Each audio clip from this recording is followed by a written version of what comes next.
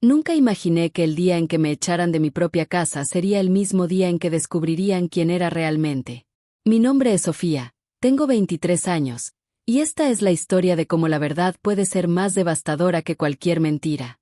Todo comenzó una tarde de domingo, de esas tardes pesadas donde el calor de Guadalajara se cuela por las ventanas y hace que hasta el aire parezca más denso, más difícil de respirar. La casa de mi madre olía a mole recién hecho y a café de olla, esos aromas que antes me reconfortaban pero que ese día me parecían nauseabundos, casi amenazantes. Estábamos reunidos todos, mi madre María Elena, con ese delantal floreado que nunca se quitaba los domingos, mi tía Lucía, siempre tan arreglada, con sus uñas perfectamente pintadas y ese aire de superioridad que cargaba como un perfume caro, mi tío Roberto, barrigón y ruidoso, con su risa que retumbaba en las paredes, mi prima Daniela, pegada a su celular como si el mundo real no existiera, y mi hermano menor, Emilio, de 17 años, que me miraba de reojo, incómodo, sin saber qué hacer. Con sus manos. Y él, mi abuelo Arturo, sentado en el sillón principal de la sala, ese trono invisible desde donde había reinado sobre esta familia durante décadas. 78 años de edad, con esa sonrisa amable que engañaba a todos, esos ojos que sabían fingir ternura cuando las visitas llegaban. Yo estaba de pie junto a la mesa del comedor, con las manos temblando, aferrándome al respaldo de una silla como si fuera lo único que me mantenía anclada a la realidad. Acababa de decirlo. Acababa de soltar las palabras que llevaba guardando durante años, palabras que me quemaban la garganta cada vez que intentaba pronunciarlas. El abuelo abusó de mí. Desde que tenía 11 años hasta que cumplí 17. El silencio que siguió fue peor que cualquier grito. Era un silencio denso, pegajoso, de esos que te ahogan. Mi madre dejó caer la cuchara que tenía en la mano. El sonido metálico contra el piso de mosaico resonó como un disparo. ¿Qué dijiste? Su voz era apenas un susurro, pero cargaba algo más oscuro que la incredulidad. Era rechazo. Lo que oíste, mamá. El abuelo. Tragué saliva, sintiendo como las lágrimas comenzaban a quemarme los ojos. Él me tocaba. Me obligaba a hacer cosas. Durante años. Mi tía Lucía se levantó de golpe, tan rápido que su silla casi se cae hacia atrás. Eres una maldita mentirosa. Su voz era un chillido. ¿Cómo te atreves a decir esas cosas horribles de tu abuelo? Del hombre que nos crió a todos, que nos dio todo. Lucía tiene razón, intervino mi tío Roberto, su cara enrojecida no solo por el calor. Tu abuelo es un hombre de bien. Trabajó toda su vida para esta familia. ¿Y así le pagas? ¿Con mentiras asquerosas? Miré a mi madre, buscando en sus ojos aunque fuera un destello de creencia, de apoyo, de ese amor maternal que se supone es incondicional. Pero lo que vi me destrozó más que cualquier otra cosa, duda, vergüenza, y luego, rechazo. Sofía, dijo ella, y su voz sonaba extraña, como si estuviera hablando con una desconocida. No sé qué te pasa, qué inventos son estos, pero no voy a permitir que destruyas a esta familia con tus fantasías. ¿Fantasías? Mi voz se quebró. ¿Crees que inventaría algo así?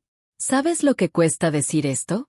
Mi abuelo permanecía sentado, con una expresión de dolor perfectamente calculada, de anciano incomprendido. Sus ojos se habían llenado de lágrimas, esas lágrimas falsas que sabía producir a voluntad. Sofía, mijita, dijo con voz temblorosa, no sé por qué me quieres lastimar así. Yo que te he querido tanto, que te compré tus primeros zapatos para la escuela, que te llevaba al parque cuando eras niña. ¿Por qué me haces esto? Era un actor consumado. Todos lo miraban con lástima, con ese amor ciego que la familia siente por sus patriarcas. Nadie veía al monstruo que yo conocía, al hombre que me esperaba en los pasillos oscuros, que inventaba excusas para estar a solas conmigo, que me amenazaba con que nadie me creería si hablaba. Vete de esta casa. La voz de mi madre era fría como el hielo. No quiero verte aquí nunca más. Mamá, por favor. Extendí mi mano hacia ella, pero retrocedió como si mi contacto pudiera contagiarle algo. Soy tu hija. Una hija no destruye a su familia con mentiras. Sus ojos eran piedras. Recoge tus cosas y vete. No eres bienvenida aquí. Mi hermano Emilio dio un paso hacia adelante, y por un momento pensé que iba a defenderme, que diría algo. Pero mi madre lo detuvo con una mirada. Él bajó la cabeza, avergonzado, conflictuado, pero en silencio. Todos son unos cobardes, dije, sintiendo como la rabia comenzaba a reemplazar al dolor. Algún día se van a arrepentir. Algún día van a saber la verdad. La única verdad, escupió mi tía Lucía, es que eres una desagradecida y una mentirosa. Lárgate antes de que llamemos a la policía.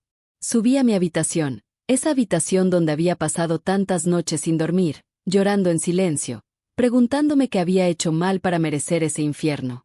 Metí ropa en una maleta, sin cuidado, sin pensar. Tomé mi laptop, algunos documentos, fotografías que ahora me parecían burlas del destino, imágenes de una familia feliz que nunca existió realmente. Cuando bajé, ninguno me miró. Estaban todos alrededor del abuelo, consolándolo, asegurándole que no creían una palabra de lo que había dicho. Él sollozaba en el hombro de mi madre, y ella le acariciaba el cabello gris con ternura. Salí de esa casa con mi maleta, con 500 pesos en la cartera y con el corazón hecho pedazos. La puerta se cerró detrás de mí con un golpe seco, definitivo, como el sonido de una tumba sellándose. Caminé por las calles de mi colonia, las mismas calles donde había jugado de niña, donde había soñado con un futuro que ahora parecía imposible. El sol comenzaba a ponerse, pintando el cielo de naranja y púrpura, colores hermosos para un momento tan horrible. No tenía a dónde ir. Mis amigos eran pocos, y todos estaban conectados de alguna manera con mi familia. Pensé en buscar un albergue, pero la vergüenza me paralizaba. ¿Cómo había llegado a esto? ¿Cómo la víctima se había convertido en la villana? Terminé en un café internet de esos viejos, de los que quedan pocos, con computadoras lentas y sillas incómodas. Pagué por 2 horas y me senté en una esquina, tratando de ser invisible. Abrí mi correo electrónico, buscando algo, cualquier cosa que me diera esperanza. Y entonces lo vi. Un correo que había llegado 3 días antes, de un despacho de abogados en la Ciudad de México.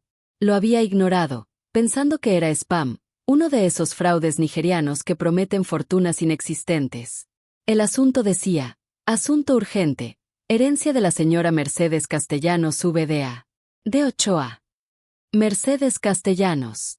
El apellido de soltera de mi abuela paterna, la madre de mi padre, quien había muerto cuando yo tenía 5 años. Apenas la recordaba, una mujer elegante, siempre seria, con una tristeza en los ojos que de niña no entendía. Con manos temblorosas, abrí el correo. Si esta historia te está atrapando tanto como a mí me atrapa contarla, suscríbete para no perderte ningún detalle. Dale like si quieres saber qué decía ese correo que cambiaría mi vida para siempre. Te prometo que lo que viene te va a dejar sin palabras. Estimada señorita Sofía Ochoa Martínez, por medio de la presente, nos dirigimos a usted en representación del despacho Hernández y Asociados, para informarle que ha sido designada como única beneficiaria del testamento de la finada Mercedes Castellanos VDA. De Ochoa, su abuela paterna, quien falleció el 15 de marzo de 2005. Conforme a las disposiciones testamentarias establecidas por la señora Castellanos, los bienes correspondientes a su herencia debían ser entregados una vez que usted cumpliera 23 años de edad. La herencia incluye propiedades inmobiliarias, inversiones bancarias, documentos personales de suma importancia, una carta sellada dirigida específicamente a usted. Le solicitamos acudir a nuestras oficinas ubicadas en Paseo de la Reforma número 458, Colonia Juárez, Ciudad de México, a la brevedad posible para proceder con los trámites correspondientes. Atentamente, licenciado Fernando Hernández Gómez, socio director. Leí el correo 3 veces, sin poder procesar la información. ¿Una herencia? ¿De mi abuela? ¿Por qué nadie me había dicho nada? ¿Por qué ella me dejó todo a mí y no a mi padre o a su otra familia? Mi padre había muerto cuando yo tenía 8 años, un accidente automovilístico que destruyó a mi madre y la dejó amarga para siempre. Después de su muerte, mi madre se había acercado más a su propia familia, a mis abuelos maternos, especialmente al abuelo Arturo, quien se había ofrecido a ayudarnos, a ser la figura paterna que yo necesitaba. ¡Qué ironía tan perversa del destino! Respondí el correo inmediatamente, confirmando que acudiría a las oficinas. Con los 500 pesos que tenía, compré un boleto de autobús a la Ciudad de México para el día siguiente.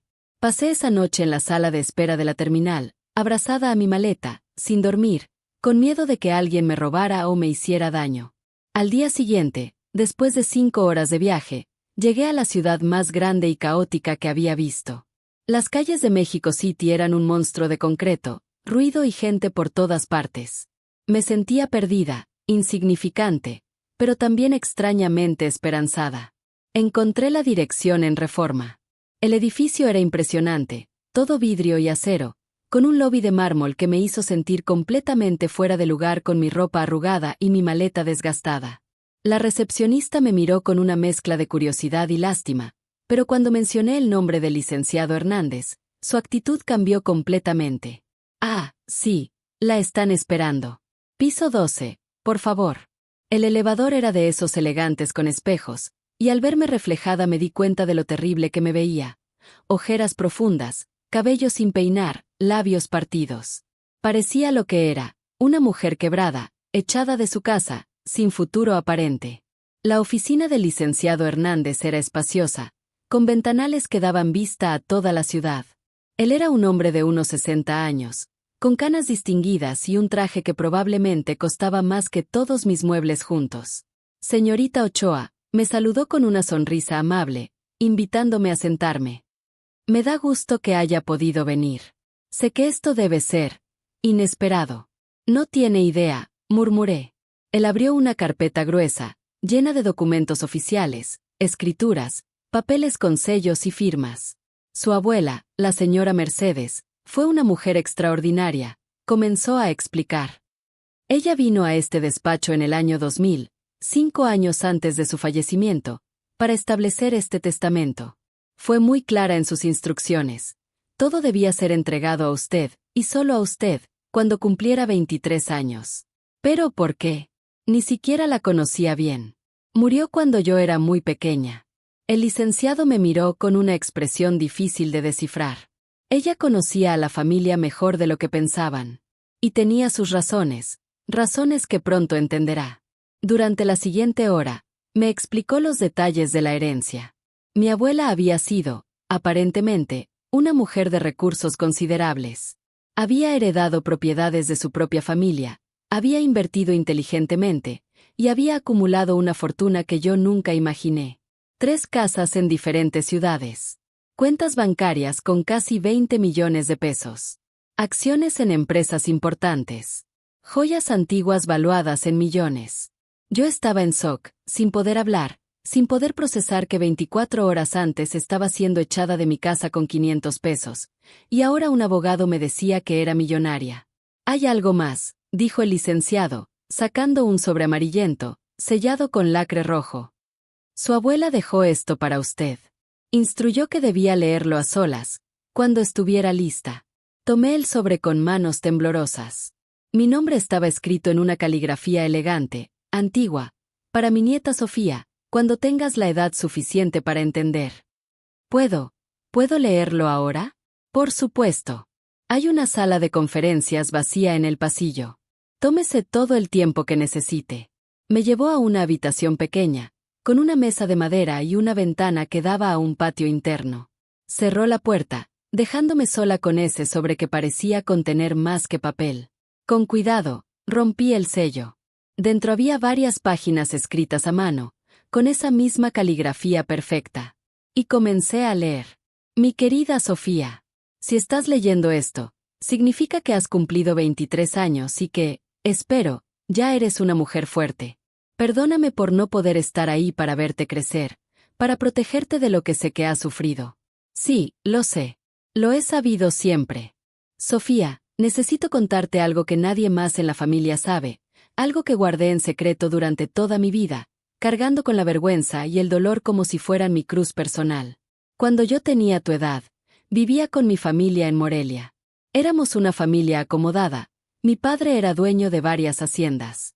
Yo era la menor de 5 hermanos, la consentida, o al menos eso creían todos. Nadie sabía lo que mi padre me hacía cuando estábamos solos. Comenzó cuando yo tenía 11 años y continuó hasta que cumplí 17. Me tocaba, me obligaba a hacer cosas que una niña no debería saber que existen. Me amenazaba con que si hablaba, destruiría a la familia, que nadie me creería, que me echarían a la calle.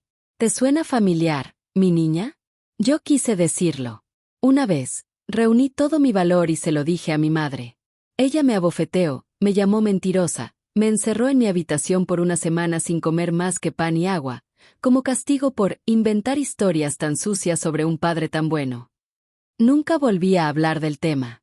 Cuando cumplí 18 años, conocí a un hombre maravilloso, Arturo Ochoa. Era diferente a todos los hombres que conocía. Era gentil, considerado, educado. Me enamoré perdidamente de él. Nos casamos rápido, contra la voluntad de mi padre, quien quería que me casara con el hijo de un socio suyo.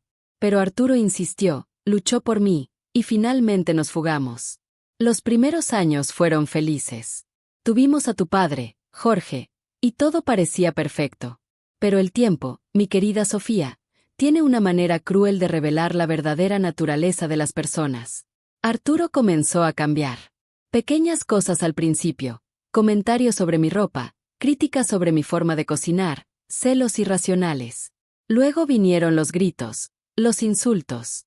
Y después, los golpes. Me pegaba. Sofía, mi esposo, el hombre que había sido mi salvador, se convirtió en mi nuevo torturador. Comparte esta historia si te está impactando tanto como a mí mientras la cuento. Dale like si quieres conocer el final de esta carta que está revelando secretos que cambiarán todo. Lo que sigue es todavía más impactante, te lo prometo. Tuve que detenerme.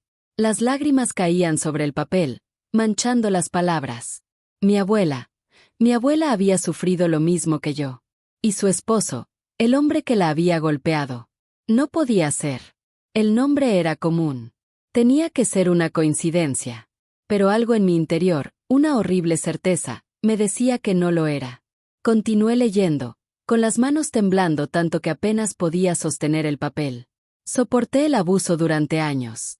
Como mi madre me había enseñado, como la sociedad me había dicho que debía ser una buena esposa, que los problemas del matrimonio se quedan en casa. Cuando tu padre tenía 15 años, reuní el valor para irme. Pedí el divorcio. Arturo me amenazó. Dijo que si lo dejaba, haría que perdiera todo, que me quitaría a mi hijo, que me destruiría. Pero yo ya había sufrido demasiado en mi vida para permitir que otro hombre me controlara. Contraté abogados, busqué testigos. Y descubrí algo que me heló la sangre. Arturo tenía un historial. Había estado casado antes, brevemente, con una mujer que había desaparecido misteriosamente. Y tenía una hija de ese matrimonio, una niña pequeña que vivía con la familia de su madre después de que ésta se fuera. Investigué más profundo. Sofía. Usé el dinero que había heredado de mi propia familia, dinero que Arturo nunca supo que tenía porque lo mantuve oculto en cuentas a mi nombre. Contraté investigadores privados. Lo que descubrieron fue monstruoso. Arturo Ochoa no era su verdadero nombre. Se llamaba Arturo Moreno, y había cambiado su nombre legalmente después de que su primera esposa lo denunciara por abuso. Ella había desaparecido antes de que el caso llegara a juicio. Su cuerpo nunca fue encontrado. Y su hija, esa niña pequeña, había sido entrevistada por trabajadores sociales. Ella había contado cosas horribles sobre lo que su padre le había hecho. Pero no había pruebas suficientes, y la familia materna de la niña decidió no presionar el caso, temerosos de lo que Arturo podría hacer. Yo tenía las pruebas, Sofía. Tenía todo lo necesario para meterlo en la cárcel por el resto de su vida. Pero él era astuto, peligroso. Y yo tenía miedo por tu padre. Entonces hice algo que me ha atormentado hasta el día de mi muerte. Negocié. Le dije a Arturo que tenía toda la información, todos los documentos. Que si intentaba quitarme a mi hijo, si me seguía amenazando, entregaría todo a la policía. Aceptó el divorcio con la condición de que yo nunca revelaría lo que sabía, que lo dejaría vivir su vida sin persecuciones legales. Yo acepté, Dios me perdone. Acepté porque era cobarde, porque estaba cansada de pelear, porque solo quería paz para mí y para tu padre. Tu padre nunca supo nada de esto. Le dije que su papá y yo simplemente no funcionábamos juntos, que no había amor. Él aceptó el divorcio con dolor pero con comprensión. Cuando tu padre conoció a tu madre, María Elena, y se casaron, yo intenté advertirle. No podía decirle toda la verdad sin romper mi acuerdo con Arturo, pero intenté insinuar que no debían acercarse demasiado a él, que era mejor mantener distancia. Pero tu padre, mi hermoso hijo ingenuo, pensaba que yo estaba amargada por el divorcio. Él quería que su padre conociera a su esposa, a sus futuros hijos. Quería una familia unida. Y entonces, Sofía, ocurrió lo peor. Tu padre murió en ese accidente cuando tú tenías 8 años. Y vi con horror cómo María Elena, devastada y necesitada de apoyo, se acercó más y más a la familia de su difunto esposo. Como Arturo se ofreció a ayudar, a ser la figura paterna que tú necesitabas. Intenté impedirlo. Fui a ver a María Elena, le dije que no era buena idea, que Arturo no era de confiar. Pero ella pensó que yo era una suegra amargada tratando de alejarla de su familia política. Me alejó de tu vida. Y yo, Sofía, supe lo que iba a pasar. Lo supe en mi alma. Pero no tenía pruebas, no tenía manera de advertirte sin parecer una anciana loca inventando historias. Entonces me enfermé. El cáncer me atacó rápido, furioso, como si mi propio cuerpo me estuviera castigando por mi cobardía. Antes de morir, establecí este testamento. Te dejé todo, cada centavo, cada propiedad, cada documento. Porque sabía, mi niña, que si sobrevivías a lo que Arturo te haría, necesitarías recursos para rehacer tu vida. Y dejé instrucciones de que recibirías esto cuando cumplieras 23 años, cuando tuvieras edad suficiente para entender, para usar esta información, para finalmente hacer lo que yo no pude. En esta carpeta encontrarás todo, los documentos sobre su primera esposa, las entrevistas con su hija, los reportes de los investigadores privados, el cambio de nombre legal, todo. Él pensó que murieron conmigo. Pero están aquí, esperando a que tú decidas qué hacer con ellos. Perdóname, Sofía. Perdóname por no haber sido más valiente. Perdóname por permitir que un monstruo siguiera libre, que te lastimara como me lastimó a mí, como lastimó a esa pobre niña antes que a nosotras. Pero ahora tienes el poder. Tienes los recursos y tienes la verdad. Úsalos. Con todo mi amor y mi eterno arrepentimiento. Tu abuela Mercedes. Terminé de leer y el papel cayó de mis manos. Lloré como no había llorado en años, grandes sollozos que me sacudían todo el cuerpo. Lloré por mi abuela, por esa niña que fue abusada por su padre, por la mujer que fue golpeada por su esposo, por la anciana que murió cargando con la culpa de no haber podido protegerme. Lloré por mí, por la niña que fui, por la adolescente que no entendía por qué su propio abuelo le hacía esas cosas horribles. Y lloré por rabia, por toda la rabia acumulada durante años. El licenciado Hernández entró después de lo que parecieron horas. Tenía una caja grande en las manos. Estos son los documentos adicionales que su abuela dejó, dijo suavemente, dejando la caja sobre la mesa. Creo que ya sabe de qué tratan. Abrí la caja. Estaba llena de carpetas, fotografías, documentos oficiales, reportes. Era una condena entera, meticulosamente documentada durante años. ¿Qué puedo hacer con esto? Pregunté con voz ronca. Lo que usted decida, señorita Ochoa. Legalmente, esta información puede ser usada para presentar cargos. Aunque muchos de los delitos han prescrito, hay ciertos crímenes, especialmente aquellos relacionados con la desaparición de su primera esposa, que no tienen prescripción. ¿Y si no hago nada? Entonces estos documentos se quedarán aquí, archivados, y ese hombre seguirá siendo visto como un abuelo respetable en su familia. Me llevó toda la tarde revisar los documentos. Cada página era más terrible que la anterior. Fotografías de la primera esposa de Arturo, una mujer hermosa llamada Patricia, sonriendo en fotos de su boda, sin saber lo que le esperaba. Reportes policiales sobre su desaparición. Entrevistas con vecinos que habían escuchado gritos, que habían visto a Arturo lavar su carro a las 3 de la mañana el día que ella desapareció. Si esta revelación te dejó helado, imagina cómo me sentí yo leyéndolo. Suscríbete para no perderte cómo termina esta historia. Dale like si crees que la verdad siempre encuentra la manera de salir a la luz, sin importar cuánto tiempo pase. Testimonios de la hija de Patricia, María José, quien ahora tendría unos 40 años. Sus declaraciones infantiles eran desgarradoras. Papi me toca en lugares que no me gustan. Dice que es nuestro secreto. Dice que si le digo a alguien, mami se irá como se fue su otra mami. ¿Su otra mami? Había más víctimas. Seguí leyendo, cada vez más horrorizada. Arturo Moreno, antes de cambiar su nombre a Arturo Ochoa, había estado en un orfanato de niño. Los reportes indicaban comportamiento problemático con niños menores. Había sido adoptado a los 14 años por una familia que lo devolvió 6 meses después, citando incidentes inapropiados con la hija biológica de la familia. Era un patrón que venía de la infancia. Un ciclo de abuso que había continuado durante décadas. Y mi familia lo había defendido. Mi madre lo había defendido. Me habían echado de casa por decir la verdad. Pasé 3 días en un hotel, cortesía del despacho de abogados, revisando todos los documentos, preparándome mentalmente para lo que iba a hacer. El licenciado Hernández me puso en contacto con un abogado penalista especializado en casos de abuso histórico y crímenes sin resolver. La abogada se llamaba Mónica Salinas, una mujer de unos 50 años con una reputación impecable. Cuando le mostré los documentos, sus ojos se iluminaron. «Esto es oro legal», dijo sin rodeos. «Puedo trabajar con esto». La desaparición de Patricia Moreno sigue siendo un caso abierto. Con esta información, podemos reabrir la investigación. Y aunque algunos de los abusos han prescrito, podemos usar estos testimonios como evidencia de patrón de conducta. ¿Cuánto tiempo tomará? Depende de muchos factores. Pero con su permiso, me gustaría comenzar inmediatamente.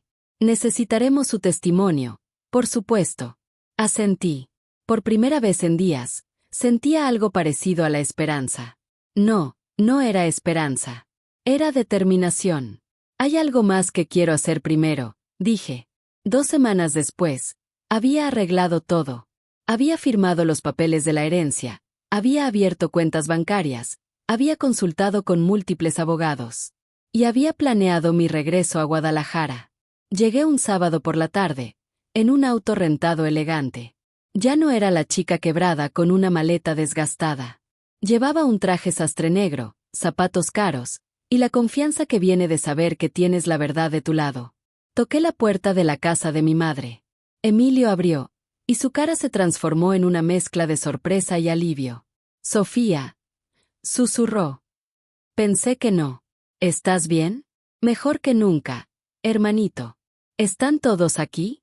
«Sí, es sábado». «¿Están comiendo?» «Perfecto». Entré sin esperar invitación. La escena era dolorosamente familiar. Todos sentados alrededor de la mesa, mi abuelo en la cabecera, mi madre sirviéndole comida como si fuera un rey. El silencio cayó como una losa cuando me vieron. «¿Qué haces aquí?» Mi madre se levantó, con el rostro enrojecido. «Te dije que no eras bienvenida». «Vine a traer algo», dije con calma, colocando un sobre grande sobre la mesa. «Algo que todos deberían ver». Mi abuelo palideció. Por primera vez, vi miedo genuino en sus ojos. «Sofía, no sé qué estás tramando, pero...», comenzó mi tía Lucía. «¿Por qué no abres el sobre, mamá?». La interrumpí. «Adelante. Mira lo que hay dentro». Mi madre, con manos temblorosas, abrió el sobre. Sacó las fotografías primero. Patricia Moreno, la primera esposa de Arturo. Luego los reportes policiales. Las declaraciones de su hija. Los documentos del cambio de nombre legal. Todo meticulosamente organizado, cronológicamente ordenado. Su cara cambió de confusión a shock, de shock a horror. ¿Qué es esto?», murmuró. «La verdad», respondí. «La verdad sobre el hombre que has estado defendiendo. El hombre al que le has entregado a tu propia hija». Mi tía Lucía arrebató los papeles de las manos de mi madre. Su cara también palideció mientras leía. Esto tiene que ser falso. Tiene que ser. ¿Falso?». Mi voz era fría. «Son documentos oficiales. Reportes policiales auténticos. Testimonios registrados. Todo verificable». Arturo Moreno, quien cambió su nombre legalmente a Arturo Ochoa después de que su primera esposa desapareciera misteriosamente. Un hombre cuya hija, a los 5 años, le dijo a los trabajadores sociales que su padre abusaba de ella. Mi abuelo se levantó bruscamente, tirando su silla. «Esto es una locura. Son documentos falsificados. Sofía está tratando de destruirme con mentiras». «¿Mentiras?». Saqué mi teléfono. «Tengo aquí el número del detective Ramírez de la Policía Judicial de Michoacán. Él está a cargo del caso de Patricia Moreno. ¿Quieres que lo llame ahora? ¿Quieres que venga y te haga algunas preguntas sobre dónde estabas la noche del 15 de marzo de 1978? El silencio que siguió era sepulcral. Mi abuelo me miraba con un odio puro, sin disfraces, sin la máscara del abuelo amable.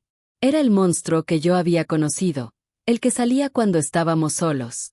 ¿De dónde sacaste todo esto?, preguntó mi madre con voz débil. De la abuela Mercedes, respondí. De tu suegra, esa mujer a la que alejaste de mi vida. Ella lo sabía todo. Lo había investigado todo. Y me lo dejó a mí, junto con una fortuna considerable y una carta explicándome por qué. Saqué otra copia de la carta de mi abuela y se la entregué a mi madre. Lee. Lee lo que ella vivió. Lee cómo él la golpeaba. Lee cómo ella descubrió su verdadera identidad. Lee cómo intentó advertirte pero no le creíste. Mi madre leyó, y con cada párrafo, las lágrimas comenzaron a caer por sus mejillas. Sus manos temblaban tanto que apenas podía sostener el papel. No, no puede ser. Sollozaba. Mercedes nunca me dijo. Porque tú no quisiste escuchar, mi voz se quebró. Igual que no me escuchaste a mí. Preferiste creer en un hombre que apenas conocías que en tu propia hija. Mi tío Roberto, quien había estado en silencio, finalmente habló. Papá, ¿es verdad? ¿Algo de esto es verdad? Mi abuelo lo miró con desprecio. Son todas mentiras de esta niña malagradecida. Mentiras que probablemente le pagó a alguien para inventar. Ella solo quiere dinero. Eso es todo. Quiere chantajearme. ¿Chantajearte? Me reí sin humor. No necesito tu dinero. Tengo más dinero del que tú verás en tu vida. 20 millones de pesos en el banco. 3 propiedades, inversiones. La abuela Mercedes se aseguró de que nunca necesitara nada de ti. Los ojos de todos se abrieron. Mi prima Daniela dejó caer su teléfono. ¿20 millones? Susurró. Y cada centavo usado para asegurarme de que este hombre pague por lo que ha hecho, continué. He contratado a los mejores abogados penalistas del país.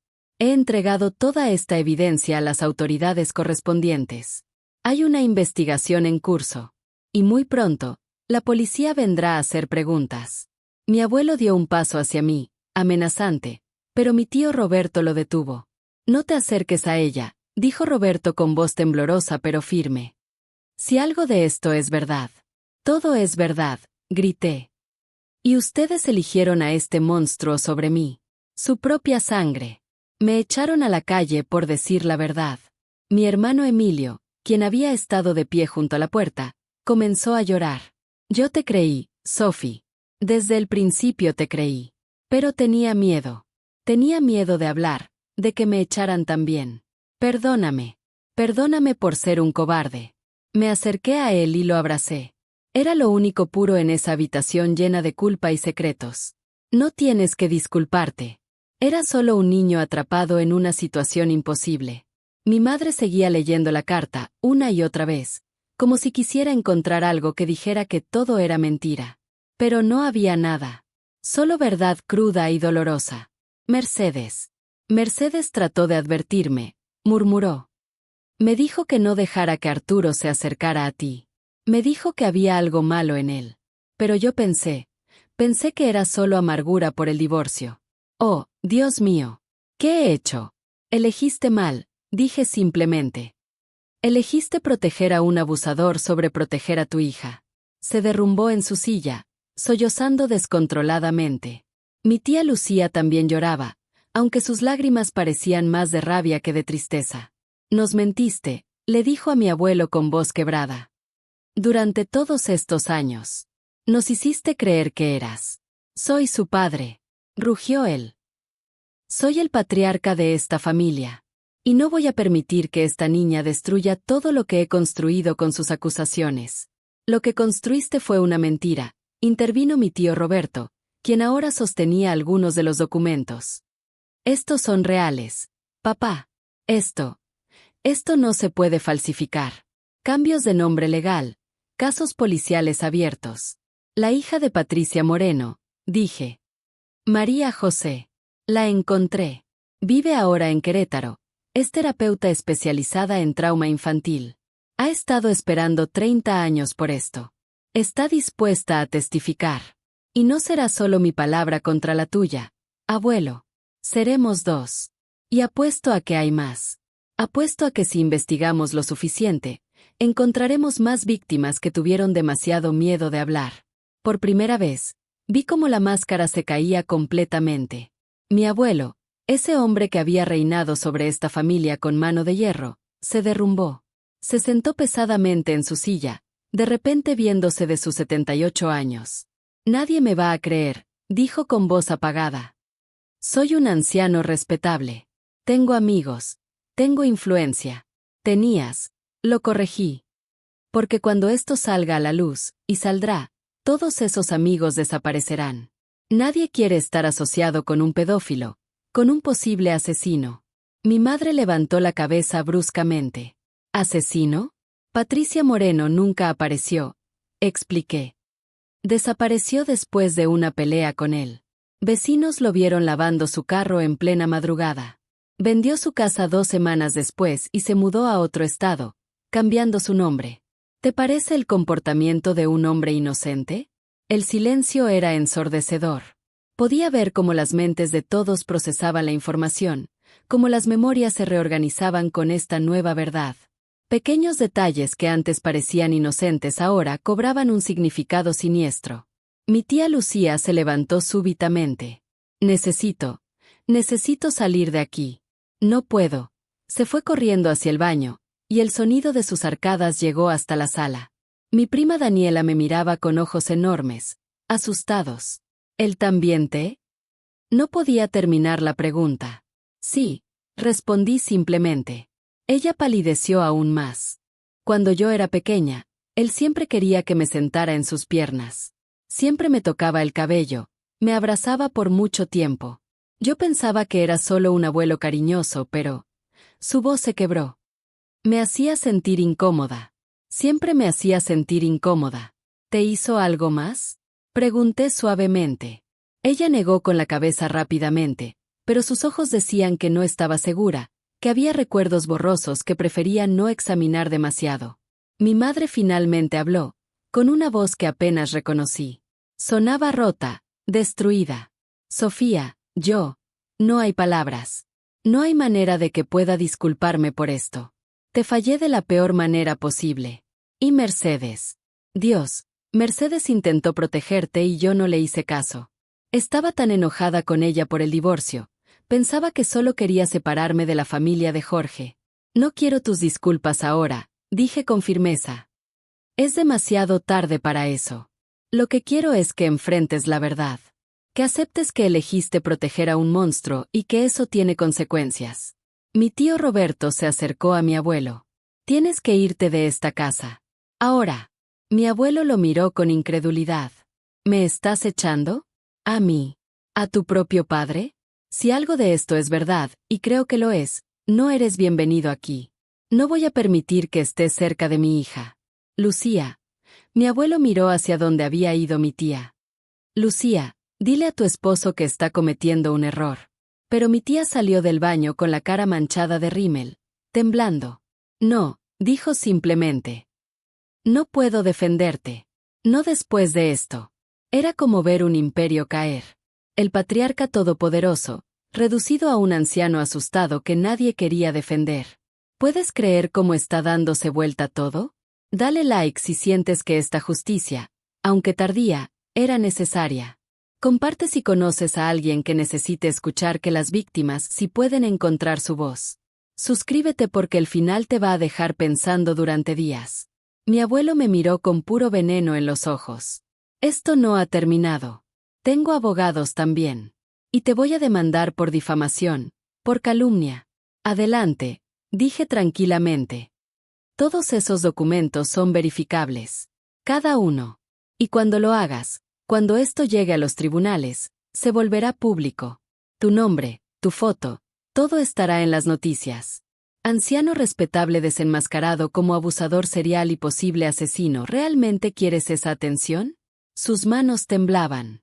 Por primera vez, vi miedo real en sus ojos. El miedo de un depredador que finalmente ha sido acorralado. Te vas a arrepentir de esto, amenazó. Todos ustedes se van a arrepentir. Ya me arrepiento, dijo mi madre con voz hueca. Me arrepiento cada segundo de haberte creído a ti en lugar de a mi propia hija. Me arrepiento de haber alejado a Mercedes de nuestras vidas. Me arrepiento de cada decisión que tomé que llevó a este momento. Ella se levantó y caminó hacia mí. Extendió sus manos, pero yo retrocedí. No, dije. Todavía no. No sé si algún día podré perdonarte, mamá. Pero hoy no es ese día. Ella asintió, llorando en silencio, aceptando que había destruido nuestra relación, quizás irreparablemente. Me volví hacia mi abuelo. La policía vendrá en los próximos días. Te sugiero que consigas un buen abogado. Porque María José y yo vamos a testificar. Y vamos a asegurarnos de que, aunque sea en los últimos años de tu vida, pagues por lo que has hecho. No tienes pruebas, dijo débilmente. Solo palabras. Tengo más que palabras. Tengo tu historial. Tengo testimonios múltiples. Tengo evidencia circunstancial de la desaparición de Patricia. Y tengo recursos ilimitados para seguir investigando. ¿Cuántas más hay, abuelo? ¿Cuántas otras niñas destruiste en tu camino? No respondió. Solo me miró con odio puro, y en ese momento, todos en la habitación vieron lo que yo había visto durante años, el monstruo real detrás de la máscara del abuelo amable. Mi tío Roberto lo tomó del brazo. Vamos. Te llevaré a tu departamento. Recogerás tus cosas de aquí otro día, cuando Sofía no esté. Mi abuelo se dejó llevar, de repente viéndose muy viejo y muy pequeño. En la puerta, se volvió una última vez. Esto no termina aquí, dijo. Tienes razón, respondí. Apenas está comenzando. Después de que se fueron, la sala quedó en un silencio pesado. Mi madre seguía llorando, mi tía estaba sentada con la cabeza entre las manos, mi prima miraba al vacío, procesando todo. Solo Emilio se acercó a mí. ¿Qué va a pasar ahora?, preguntó. Ahora la justicia sigue su curso, respondí. He presentado todos los documentos a las autoridades correspondientes. Hay suficiente evidencia para reabrir el caso de Patricia Moreno. Y aunque muchos de los abusos han prescrito legalmente, esto va a seguir en los tribunales por años. ¿Y tú? ¿Qué vas a hacer tú? Era una buena pregunta. Había pasado tanto tiempo imaginando este momento, planeando mi venganza, que no había pensado mucho en qué venía después. Voy a sanar, dije finalmente. Voy a usar el dinero de la abuela Mercedes para ayudar a otras víctimas. Voy a crear una fundación en su nombre, para apoyar a niñas y mujeres que han sufrido abuso. Voy a asegurarme de que su legado sea algo bueno, algo que contrarreste todo el mal que ese hombre hizo. ¿Puedo ayudar?, preguntó Emilio. Sé que solo tengo 17 años, pero me encantaría tu ayuda, lo abracé. Tú siempre fuiste diferente, Emilio. Nunca dejaste que te convirtieran en algo que no eras. Mi madre se acercó vacilante. Sofía, ¿hay algo, cualquier cosa que pueda hacer? La miré por un largo momento. Parte de mí quería rechazarla completamente, hacerle sentir aunque fuera una fracción del dolor que yo había sentido. Pero otra parte, una parte más cansada, solo quería empezar a sanar. Puedes testificar, dije finalmente. Cuando llegue el momento, puedes decir la verdad sobre cómo reaccionaste cuando te lo dije. Puedes admitir públicamente que te equivocaste. No va a arreglar lo que rompiste, pero es un comienzo. Ella asintió frenéticamente. Lo haré. Haré lo que sea necesario. Lo juro. Bien. Porque esto va a ponerse feo. Los medios van a estar por todos lados. La familia va a ser juzgada. Y necesito saber que esta vez vas a estar de mi lado. Lo estaré. Te lo prometo. Nunca debí dudarte. Nunca. No era suficiente. Las promesas ahora parecían huecas después de años de traición. Pero era algo. 2 meses después, la historia explotó en los medios. Empresario retirado acusado de abuso histórico y posible homicidio. Las noticias estaban llenas de la cara de mi abuelo, ya no como el patriarca respetable, sino como el criminal que siempre había sido. María José y yo dimos entrevistas, con nuestras caras difuminadas para proteger nuestra identidad, pero nuestras historias eran claras e inquebrantables. Y, como había predicho, más mujeres comenzaron a aparecer. 3 más, todas de diferentes épocas de su vida, todas con historias similares y terroríficas. El caso de Patricia Moreno fue reabierto oficialmente. Con la nueva evidencia y testimonios, la policía comenzó a excavar en el patio de la casa donde vivían cuando ella desapareció. La nueva familia que vivía ahí dio permiso, horrorizados por lo que habían descubierto sobre la historia de su hogar. Encontraron huesos humanos enterrados a 2 metros de profundidad, envueltos en una lona vieja. Las pruebas de ADN confirmarían después que eran los restos de Patricia Moreno. Mi abuelo fue arrestado por homicidio. A sus 78 años, enfrentaría finalmente la justicia. El juicio duró 6 meses. Fue agotador, retraumatizante, doloroso de maneras que no había anticipado. Tener que revivir cada detalle, cada momento horrible, frente a extraños, frente a las cámaras, fue uno de los desafíos más difíciles de mi vida. Pero no estaba sola. María José estaba a mi lado, compartiendo su propia historia. Las otras víctimas también testificaron. Y mi familia, lo que quedaba de ella, estuvo ahí. Mi madre testificó sobre cómo había rechazado mi verdad, cómo había elegido mal. Lloró en el estrado, admitiendo su culpa ante el mundo. Mi tía y mi tío testificaron sobre cómo había engañado a toda la familia durante décadas. Hasta Emilio testificó sobre el ambiente en la casa, sobre cómo yo había cambiado después de que el abuelo entrara en nuestras vidas. La evidencia era abrumadora. Los documentos de mi abuela, los testimonios múltiples, los restos de Patricia, todo pintaba un cuadro claro de un depredador serial que había operado impunemente durante más de 50 años. El veredicto llegó un martes lluvioso de noviembre. Culpable de homicidio en 2º grado. Culpable de múltiples cargos de abuso de menores. Culpable de obstrucción de la justicia. Sentenciado a 40 años de prisión, una sentencia que, a su edad, era efectivamente cadena perpetua. Cuando leyeron el veredicto, no sentí la satisfacción triunfal que había imaginado. Solo sentí cansancio. Un profundo cansancio y una tristeza por todas las vidas que había arruinado, por todo el tiempo perdido, por todas las víctimas que nunca tuvieron la oportunidad que yo tuve de ser escuchadas. Después del juicio, María José y yo nos abrazamos afuera del tribunal, rodeadas de reporteros y cámaras. Lo logramos, dijo ella con lágrimas en los ojos. Después de todos estos años, finalmente lo logramos. Sí, respondí. Lo logramos. Esa noche, en el hotel donde me hospedaba, abrí la carta de mi abuela Mercedes una vez más. La había leído cientos de veces, pero cada vez encontraba algo nuevo, algún detalle que me había perdido antes. Al final, había una postdata que había pasado por alto las primeras veces. PD Sofía, si estás leyendo esto, significa que sobreviviste. Significa que eres más fuerte de lo que yo fui. No dejes que el dolor te defina. Usa tu fuerza para ayudar a otros.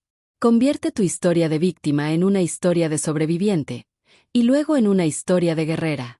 El mundo necesita más guerreras como tú. Y recuerda, la justicia puede llegar tarde, pero cuando llega, cambia todo. Si esta historia te movió, si te hizo sentir algo, compártela.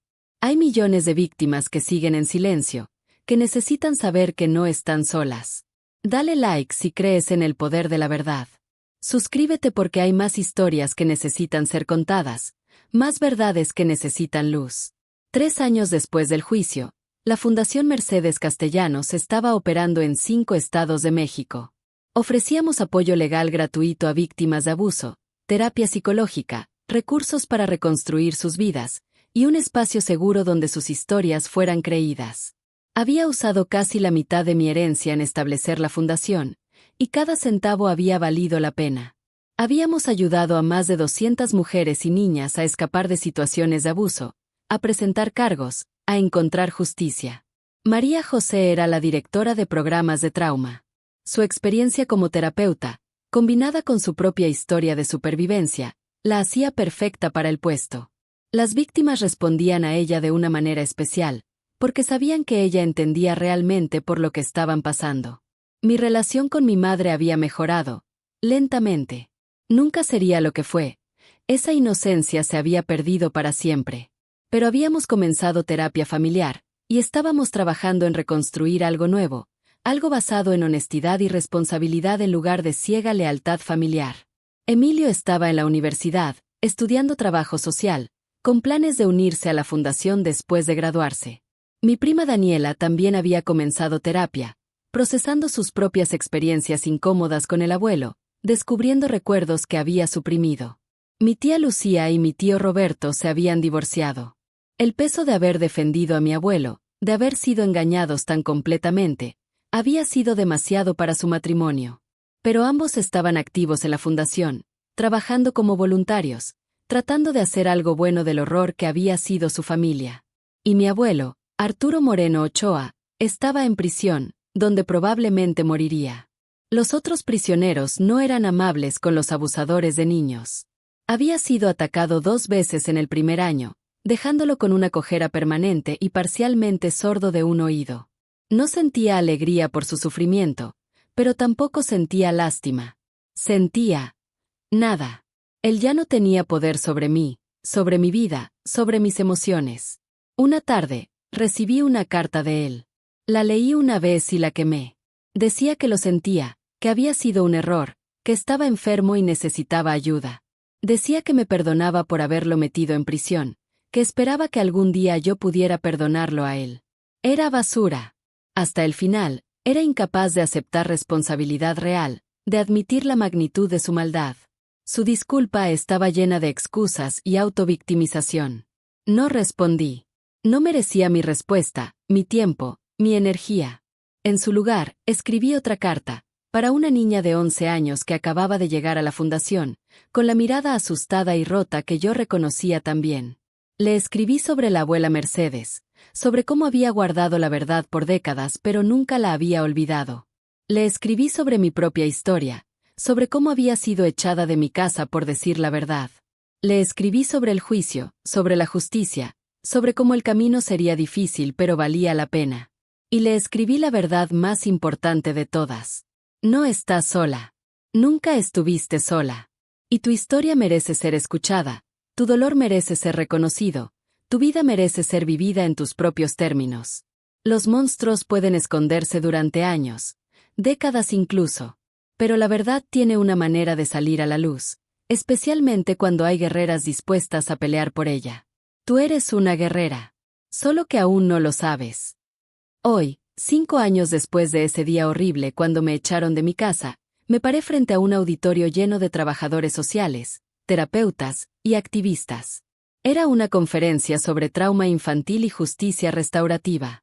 Comencé mi presentación de la misma manera en que comencé esta historia. Nunca imaginé que el día en que me echaran de mi propia casa sería el mismo día en que descubrirían quién era realmente. Les conté todo. La valentía de mi abuela Mercedes, quien guardó evidencia durante años sabiendo que algún día alguien la necesitaría.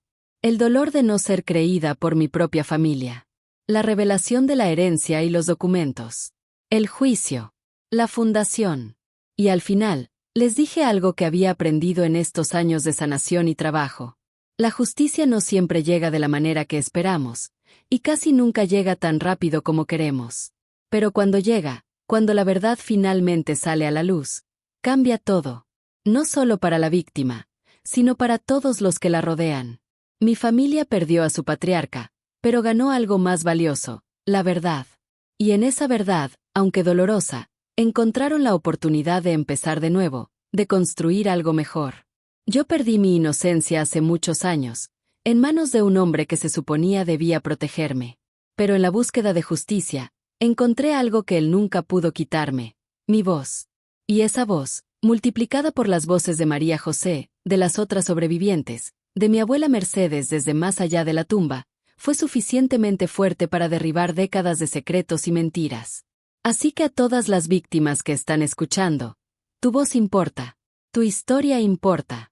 Y aunque ahora no te crean, aunque te digan que estás mintiendo, aunque te echen de tu casa y te hagan sentir que estás sola, no lo estás. Hay un ejército de sobrevivientes esperando para apoyarte.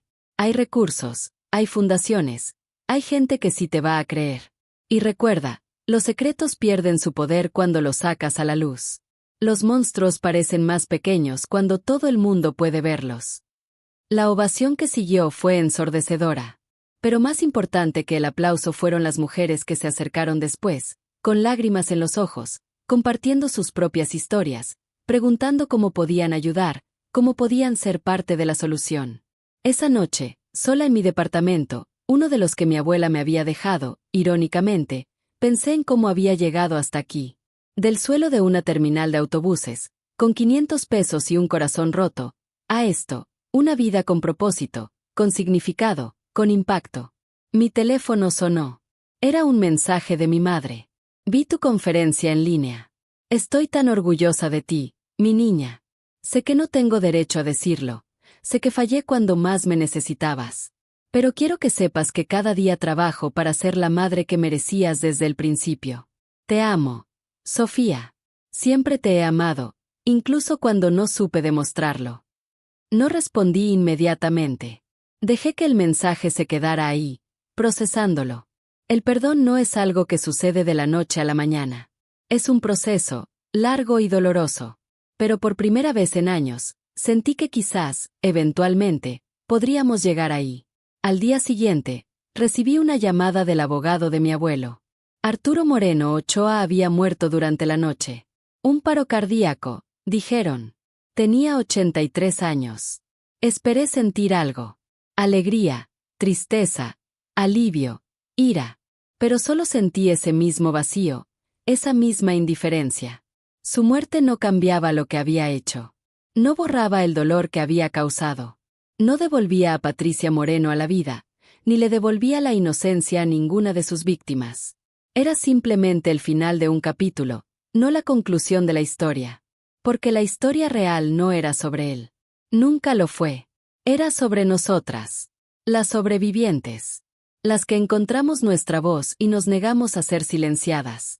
Las que transformamos nuestro dolor en poder, nuestra victimización en activismo, nuestro trauma en propósito.